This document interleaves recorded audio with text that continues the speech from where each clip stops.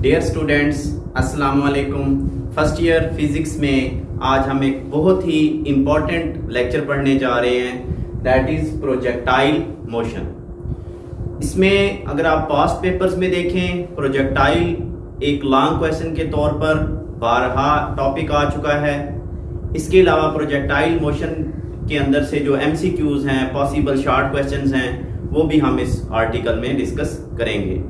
आज हम इसका फर्स्ट पार्ट पढ़ेंगे। सबसे पहले हम डेफिनेशन करेंगे प्रोजेक्टाइल क्या चीज़ है। स्टूडेंट, प्रोजेक्टाइल हर वो जिस्म जो हॉरिजॉन्टल सरफेस के साथ, फॉर एग्जांपल ये अर्थ है, अर्थ के साथ इस तरह कोई एंगल बना के मूव करे। वो एंगल अबव भी हो सकता है अर्थ से, वो बिलो भी मूव कर सकता है। तो ऐसे ऑब्जेक्ट को प्रोजेक्टाइल कहते हैं और ऐसी मोशन को प्रोजेक्टाइल मोशन, ज़हर है वो बाद में देखेंगे। तो if an object thrown at some angle above और below the horizontal is called projectile. If an object is thrown, आप उसको थ्रो कर रहे हैं अबव एट सम एंगल, वो कोई एंगल बना रहा है। किसके साथ एंगल बना रहा है? अबव और below the horizontal, below the horizontal, such an object is called projectile. एक रॉकेट मैंने एग्जांपल दी हुई है, rocket is a projectile. Rocket एक एंगल बना के जो है ना मूव करता है। तो प्रोजेक्टाइल मोशन क्या है? इस चैप्टर का अगर आपको नाम याद हो, चैप्टर नंबर 3 का नाम था मोशन एंड फोर्स।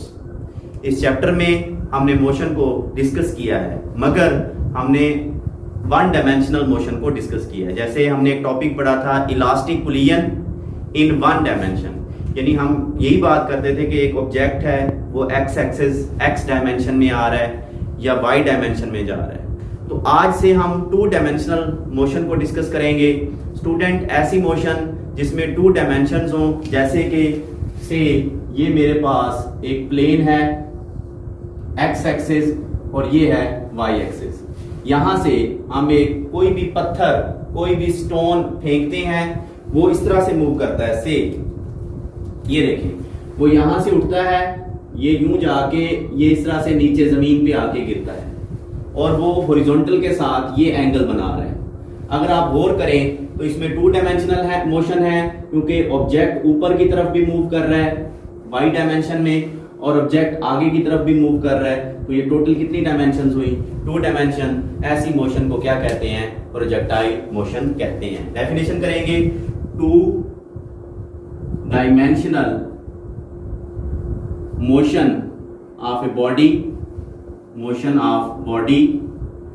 ठीक है, अब ये ऑब्जेक्ट वापस आके क्यों गिरा है? Due to gravity. It means that under constant acceleration, constant acceleration due to gravity, वो ग्रेविटी के अंडर मूव करता है, इज कॉल्ड प्रोजेक्टाइल मोशन। अगर ये डेफिनेशन मुश्किल लग रही है तो आज इसकी मैं एक और डेफिनेशन भी, जो हम जैसे जैसे पढ़ते जाएंगे एट दी एंड, वो डेफिनेशन भी आपको क्लियर करवाऊंगा। तो प्रोजेक्टाइल मोशन में क्वेश्चन आ जाता है कि सर, अगर मेरे पास ये एक मार्कर है, फॉर एग्जांपल ये एक हाइट पे है, यहां से मैं इसको गिरा देता हूं सीधा नीचे, क्या ये प्रोजेक्टाइल मोशन है? तो जब हम इसको ऑब्जर्व करेंगे, ये फॉर एग्जांपल वो मार्कर है से, और अगर आप देखेंगे ये इस तरह से नीचे आके गिरेगा। तो आप अगर गौर करें तो ये वर्टिकली डाउनवर्ड नीचे गिर रहा है, तो हम कहेंगे ये प्रोजेक्टाइल मोशन नहीं है। क्यों नहीं है? क्योंकि ये 1 डायमेंशनल मोशन है। इसी तरह अगर मेरे पास एक गाड़ी है से, ये देखें, ये गाड़ी इस तरह से मूव कर रही है रोड के ऊपर हॉरिजॉन्टल डायरेक्शन में, क्या इस गाड़ी की मोशन प्रोजेक्टाइल मोशन है? तो हमारा आंसर आएगा गाड़ी की मोशन प्रोजेक्टाइल मोशन नहीं है, क्योंकि ये क्या है? 1 डायमेंशनल मोशन है। तो प्रोजेक्टाइल उस वक्त होगा जब 2 डायमेंशनल मोशन होगी। इसकी अगर हम एग्जांपल दें प्रोजेक्टाइल मोशन की, तो स्टूडेंट जब एक बैट्समैन हिट लगाता है बॉल को, तो बॉल आप गौर करें इस तरह से ऊपर उठेगी और वो नीचे जाके गिरती है, तो बॉल की मोशन प्रोजेक्टाइल है। इसी तरह जब फुटबॉल को किक लगाई जाती है, तो फुटबॉल को जब हम किक लगाते हैं वो इस तरह से ऊपर जाता है फुटबॉल और फिर नीचे आके गिरता है, तो फुटबॉल को जो किक लगाई गई है वो प्रोजेक्टाइल है। इसी तरह जब हम बुलेट फायर करते हैं, गोली बुलेट फायर करने के दौरान जो बुलेट की मोशन है वो भी प्रोजेक्टाइल मोशन है। यहां पे हम एक डेफिनेशन करेंगे, what is trajectory, trajectory of projectile. Student trajectory यूं समझ ले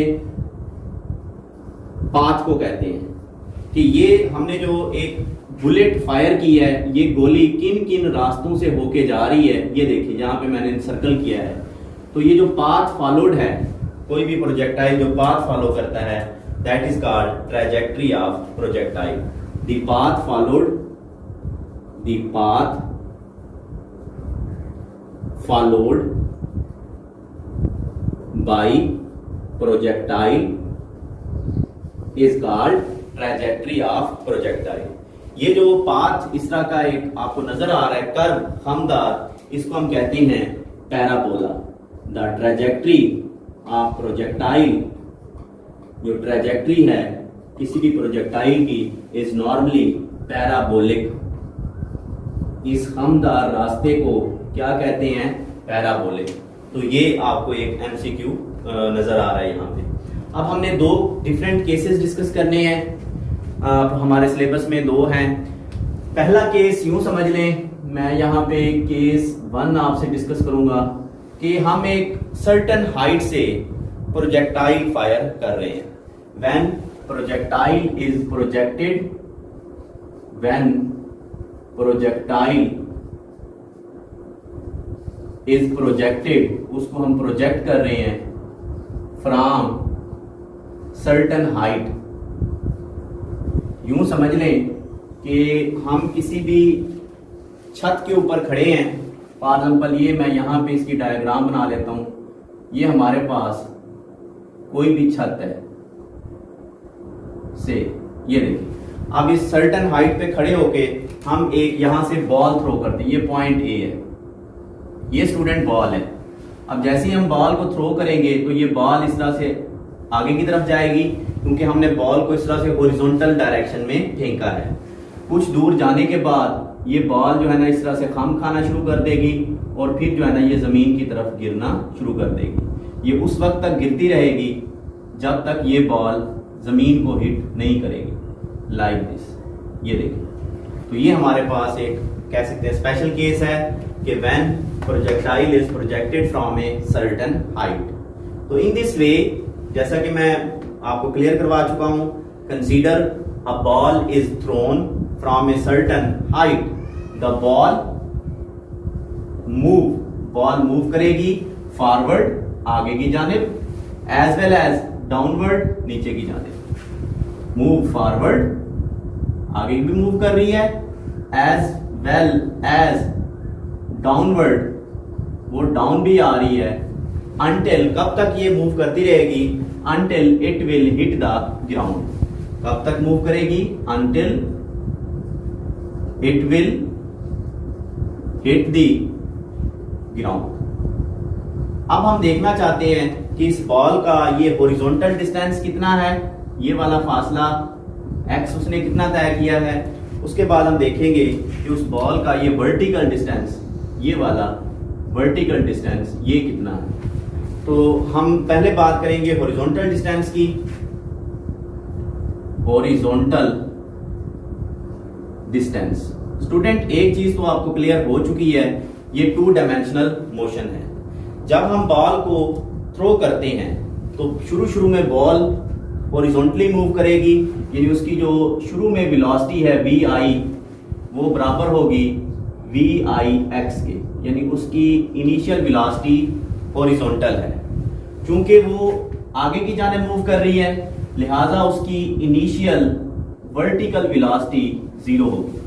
अलबत्ता आगे आके इस पॉइंट पे अब बॉल आगे भी मूव कर रही है, डाउनवर्ड भी मूव कर रही है। यानी हॉरिजॉन्टल वेलोसिटी भी है, वर्टिकल भी है। यहां पे देख लें, यहां पे बॉल फॉरवर्ड भी मूव कर रही है और डाउनवर्ड भी गिर रही है, यानी हॉरिजॉन्टल भी है, वर्टिकल भी है, जब तक ये जमीन को हिट नहीं करेगी। तो ये आपने पैराग्राफ सेट किया, आपने कहा initially as the ball is thrown along horizontal direction, so ball will move forward, it will have only horizontal velocity, its initial vertical velocity is 0। ठीक है, अब हम देखते हैं फोर्स along horizontal डायरेक्शन। हमने देखना है कि हॉरिजॉन्टल डायरेक्शन में फोर्सेस कितनी हैं। स्टूडेंट, अगर ये बॉल आगे की तरफ जा रही है तो इसके ऊपर सिर्फ एक फोर्स है जो इसके ऊपर अमल कर सकती है, वो है एयर रेजिस्टेंस। यानी अगर ये मार्कर फॉर एग्जांपल आगे की तरफ मूव कर रहा है तो इस मार्कर को रोकने वाली सिर्फ एक फोर्स है, वो है एयर रेजिस्टेंस। तो ठीक है, तो force along horizontal direction is only air resistance. चलो जी, हम एयर रेजिस्टेंस को इग्नोर कर देते हैं। If air resistance is neglected, जैसे ही हम एयर रेजिस्टेंस को निग्लेक्ट करेंगे तो हमारे पास force along X axis is equal to 0। अब इस गेंद के ऊपर आगे की जानब से कोई फोर्स अमल नहीं कर रही, सो न्यूटन सेकंड लॉ लगा दें, एफ किसके बराबर होता है, एम ए। ठीक है, तो F X is equal to M A X and we will get, आपके सामने है, क्योंकि फोर्स 0 है, 0 is equal to M into A X. अब किसी भी चीज का मैथ तो 0 हो नहीं सकता, सो एक्सेलरेशन कितना हो गया, 0।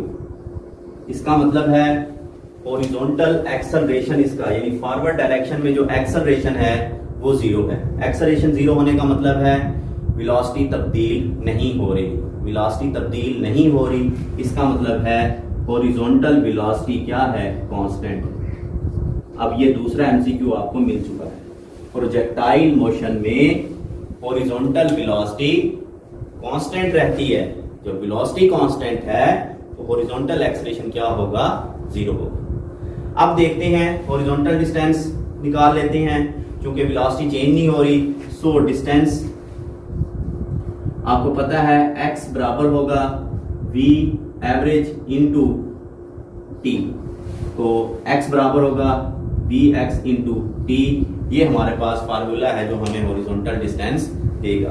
अब हम हेडिंग देंगे वर्टिकल डिस्टेंस की। हम देखना चाहते हैं vertical distance covered by projectile. देखिए स्टूडेंट्स, अब देखें क्या वर्टिकल डायरेक्शन में कोई फोर्स अमल कर रही है। इस मार्कर को अगर हम फेंकें तो क्या नीचे की तरफ से कोई फोर्स इसके ऊपर अमल कर रही है, आंसर यस, ग्रेविटी है जो इसके ऊपर अमल कर रही है। हम कहेंगे अलोंग वर्टिकल डायरेक्शन जो फोर्स है वो ग्रेविटी है, और आप जानते हैं F बराबर होता है W वेट के, और वेट किसके बराबर होता है, mg। ठीक हो गया। हम न्यूटन सेकंड लॉ लगाएंगे, F is equal to ma और ma is equal to mg। ये हो गया जी mg, m से m cancel. It means that चूंकि वर्टिकल डायरेक्शन है, acceleration vertical is equal to g। तो वर्टिकल डायरेक्शन में एक्सेलरेशन ग्रेविटेशनल मौजूद है, सो वर्टिकल वेलोसिटी चूंकि एक्सेलरेशन है, वर्टिकल वेलोसिटी क्या होगी, चेंज होगी। यस, वर्टिकल वेलोसिटी इसकी चेंज हो रही है। ठीक है, हम डिस्टेंस निकालना चाह रहे हैं। Equation of motion, second equation of motion लगाएं। आपने हरकत की दूसरी मुसावात पढ़ी हुई है, S is equal to V I T plus half G T square. ये हमारे पास इक्वेशन ऑफ मोशन है। क्योंकि वर्टिकल डिस्टेंस निकाल रहे हैं, वर्टिकल डिस्टेंस को हम y कह देंगे, इज इक्वल टू उसकी इनिशियल वर्टिकल वेलोसिटी। शुरू में वर्टिकल वेलोसिटी 0 थी, तो यहाँ पे वी आई वाई 0 हो जाएगा, plus half G T square, ये है। तो मेरे पास फाइनली वर्टिकल वेलोसिटी आ रही है half G T square. Sorry मैं लफ्ज वेलोसिटी यूज कर गया हूं। वर्टिकल डिस्टेंस मेरे पास आ रहा है y is equal to half G T square. तो इसको मैं कह देता हूं से इक्वेशन 2 और इसको मैं कह देता हूं इक्वेशन 1। अब इक्वेशन 1 और 2 हमें डिस्टेंस बता रहे हैं, हॉरिजॉन्टल डिस्टेंस और वर्टिकल डिस्टेंस। अब देखें ये एक ऐसी मोशन है जिसमें x वाली वेलोसिटी कांस्टेंट है और जो y वाली वेलोसिटी है वो क्या है, चेंजिंग है। मैंने लेक्चर के शुरू में कहा था, इसकी मैं एक और डेफिनेशन भी बताऊंगा। तो another definition, second definition of projectile motion, a motion in which body has constant horizontal velocity but changing vertical velocity. A motion in which body has constant horizontal velocity. हमने देखा है horizontal velocity क्या है, constant है, but changing vertical velocity, उसकी vertical velocity क्या हो रही है, चेंज हो रही है, is called projectile motion. Definition याद करेंगे और ये एमसीक्यू भी है स्टूडेंट।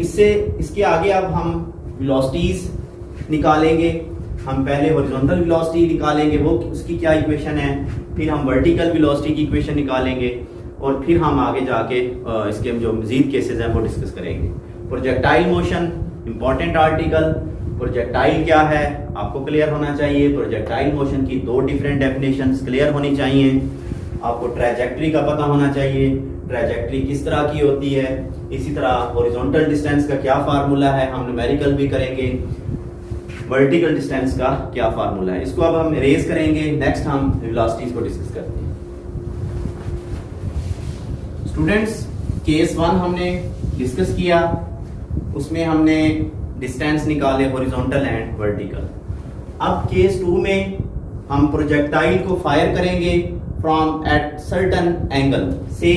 यहां जमीन के ऊपर कोई फुटबॉल पड़ा है एट ओरिजिन ओ, यहां से फुटबॉल को हम किक लगाते हैं, वो फुटबॉल यूं जाके एक पैराबोलिक पाथ बना के नीचे जमीन के ऊपर वापस आके गिरता है। इस दौरान ये जो एंगल बना रहा है ये क्या है, थीटा है। यहीं से हम अपनी डिस्कशन स्टार्ट करते हैं। Consider a projectile is fired with initial velocity V I से, इसकी जो इनिशियल वेलोसिटी है वो क्या है, V I. It is fired at a certain angle theta with the horizontal. Now we want to find instantaneous velocity of the projectile। हम देखना चाहते हैं, हमने डिस्टेंस तो निकाल लिया है, अब हम वेलोसिटी देखना चाहते हैं। उसके लिए resolve the velocity into its components, velocity into its rectangular components। यहां से वेलोसिटी के 2 कंपोनेंट मिलेंगे। ये देखें स्टूडेंट, यहां से एक प्रोजेक्शन गिराएं सीधा नीचे की जानिब, ये है वेलोसिटी का x component we I X horizontal, और जो ऊपर की तरफ होगा ये होगा वी आई वाई। दूसरा चैप्टर वेक्टर्स वाला, उसमें आपको बताया था वी आई एक्स बराबर होगा V I cos theta, horizontal component में कॉस थीटा आता है, और वर्टिकल कंपोनेंट बराबर होगा V I sine theta. Confusion है तो आप रेक्टेंगुलर कंपोनेंट वाला टॉपिक देख सकते हैं, rectangular components of A vector है। तो मेरे पास हॉरिजॉन्टल और वर्टिकल वेलोसिटी आ चुकी है। तो मैं बारी बारी मैं पहले डिस्कस करूंगा, बल्कि यहां पे बता दें V I X horizontal velocity है वी आई कॉस थीटा, और V I Y is equal to V I sine theta. अब मैं हॉरिजॉन्टल वेलोसिटी निकालना चाह रहा हूं, हॉरिजॉन्टल वेलोसिटी कि उसकी मैग्नीट्यूड कितनी है। ये तो इनिशियल तो पता है, फाइनल कितनी होगी। उसके लिए हम इक्वेशन ऑफ मोशन लगाएंगे as first equation V F is equal to V I plus A T. क्योंकि हम हॉरिजॉन्टल वेलोसिटी निकालना चाह रहे हैं तो ये यहाँ f के साथ x आ जाएगा, यहाँ x आ जाएगा, हॉरिजॉन्टल एक्सेलरेशन x। आपको समझाया है एज इन प्रोजेक्टाइल मोशन, अभी बताया था हॉरिजॉन्टल एक्सेलरेशन कितना होता है 0, क्योंकि हॉरिजॉन्टल वेलोसिटी कांस्टेंट होती है। तो यहाँ पे ये 0 पुट कर दें तो मेरे पास V F X is equal to V I X, और वी आई एक्स कितनी थी, वी आई कॉस थीटा। ये कोई भी इक्वेशन है, इसको नोट कर लें। It means that projectile motion में V F X is also equal to V I cos theta. ये है जी मेरे पास हॉरिजॉन्टल वेलोसिटी की फाइनल इक्वेशन। शुरू में अगर वी आई कॉस थीटा है तो एट द एंड भी वो वी आई कॉस थीटा ही होगी। शुरू में अगर हॉरिजॉन्टल वेलोसिटी 50 है तो एंड में भी हॉरिजॉन्टल वेलोसिटी क्या होगी, 50 होगी। अब मैं निकालता हूं वर्टिकल या final vertical velocity. Student, vertical velocity निकालने के लिए हम फिर वही इक्वेशन यूज करेंगे, फर्स्ट इक्वेशन ऑफ मोशन।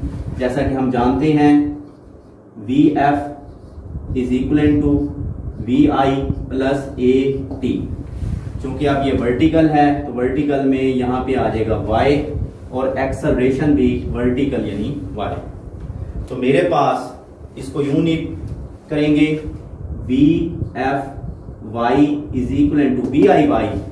ये देखें शुरू में वर्टिकल वेलोसिटी कितनी थी, वी आई साइन थीटा। यहां से क्योंकि ऑब्जेक्ट ऊपर की तरफ जा रहा है, ऊपर की तरफ जाने की वजह से जो एक्सेलरेशन है वो ग्रेविटेशनल है। ऑब्जेक्ट जूं जूं ऊपर जाएगा वेलोसिटी कम होगी, तो ये माइनस इसको साइन देंगे। तो यहाँ पे एक्सेलरेशन वर्टिकल माइनस जी हो जाएगा। ये देखें माइनस जी इंटू टी। कंफ्यूजन नहीं होनी चाहिए, वर्टिकल वेलोसिटी अपवर्ड डायरेक्शन में एक्सेलरेशन जो है वो नेगेटिव हम लेते हैं। चलें जी, हमारे पास V F Y final vertical velocity equals V I sine theta minus G T. ये कोई भी इक्वेशन से 2 है। अब ये वेलोसिटीज हमने निकालनी है। अब हम निकाल लेते हैं magnitude of velocity, magnitude of velocity. Student, जब हमने मैग्नीट्यूड निकालनी होती है किसी भी वेक्टर की, velocity being a vector quantity, तो हम पाइथागोरियस थ्योरम लगाते हैं। पाइथागोरियन के मुताबिक आपको याद होगा वेलोसिटी की modulus value is equal to final horizontal velocity plus final vertical velocity. ये इसका स्क्वायर रूट है। वंस अगेन, अगर मैग्नीट्यूड निकालने में कंफ्यूजन है, आप दूसरे चैप्टर में टॉपिक है rectangular components of A vector या रेजोल्यूशन ऑफ वेक्टर, उसमें मैग्नीट्यूड निकालने का पूरा मेथड आपको बताया गया है कि हम मैग्नीट्यूड कैसे निकालते हैं। तो ये मैग्नीट्यूड का फार्मूला मैं यहाँ पे लगा चुका हूँ। ये वी एफ एक्स और वी एफ वाई, ये देखें वी एफ एक्स की कीमत है पड़ी, वी एफ वाई की कीमत है पड़ी, यहाँ पुट कर दें तो आपके पास magnitude of velocity is equal to, शाबाश, यहाँ पे आ जाएगा V I cos theta, V I cos theta का square plus V I sine theta minus ये वाला जी टी होल स्क्वायर, इसका स्क्वायर। इसका अगर आप स्क्वायर ओपन कर लेंगे तो फार्मूला अपनी नई शक्ल में, नई शेप में आ जाएगा। आगे हम इसकी डायरेक्शन निकालना चाहते हैं प्रोजेक्टाइल की, तो हम निकालेंगे डायरेक्शन ऑफ प्रोजेक्टाइल या डायरेक्शन ऑफ वेलोसिटी लिख देते हैं, क्योंकि velocity being a vector quantity. तो डायरेक्शन कैसे निकालेंगे, डायरेक्शन के लिए हम टेन थीटा लेते हैं। तो टेन थीटा बराबर होगा वर्टिकल ओवर बेस, तो वो बराबर हो जाएगा V F Y over V F X, vertical Y component divide by X component. तो theta is equal to tan inverse, इधर आ चुका है, वी एफ वाई कितनी थी, V I sine theta minus G T over V F X V I cos theta cos theta, ये मेरे पास ये फार्मूला है जो मुझे डायरेक्शन देगा। याद रखना प्रोजेक्टाइल मोशन में जब मैक्सिमम हाइट पे जिसम पहुंच जाता है, ये मैक्सिमम हाइट है जी, इससे मजीद ऊपर नहीं गया वो, मैक्सिमम हाइट के ऊपर वर्टिकल वेलोसिटी वो कितनी हो जाती है, 0। और जो जो फिर वो नीचे आएगा उसकी वर्टिकल वेलोसिटी इंक्रीज होती है। At maximum height vertical velocity of projectile is 0। दूसरा MCQ, at maximum height magnitude of velocity is minimum. वो मिनिमम होती है क्योंकि ये वाला फैक्टर 0 हो जाना है, तो हम कह सकते हैं उस जो भी फैक्टर बचता है वो बचता है हॉरिजॉन्टल, हम कह सकते हैं उसकी ओवरऑल वेलोसिटी क्या है, मिनिमम है। तो आपको केस 2 में वेलोसिटी निकालनी है, आपने हॉरिजॉन्टल वेलोसिटी निकाल लेनी है, उसके बाद आपने वर्टिकल वेलोसिटी निकाल लेनी है, ये आपके सामने है, मैग्नीट्यूड निकाल लेनी है, डायरेक्शन निकालनी है। तो यहाँ तक प्रोजेक्टाइल का एक पार्ट हमने कंप्लीट कर लिया है। इसके बाद हम हाइट का फार्मूला पढ़ेंगे, रेंज का पढ़ेंगे और टाइम ऑफ फ्लाइट का। अपना ख्याल रखिएगा। अल्लाह हाफिज़।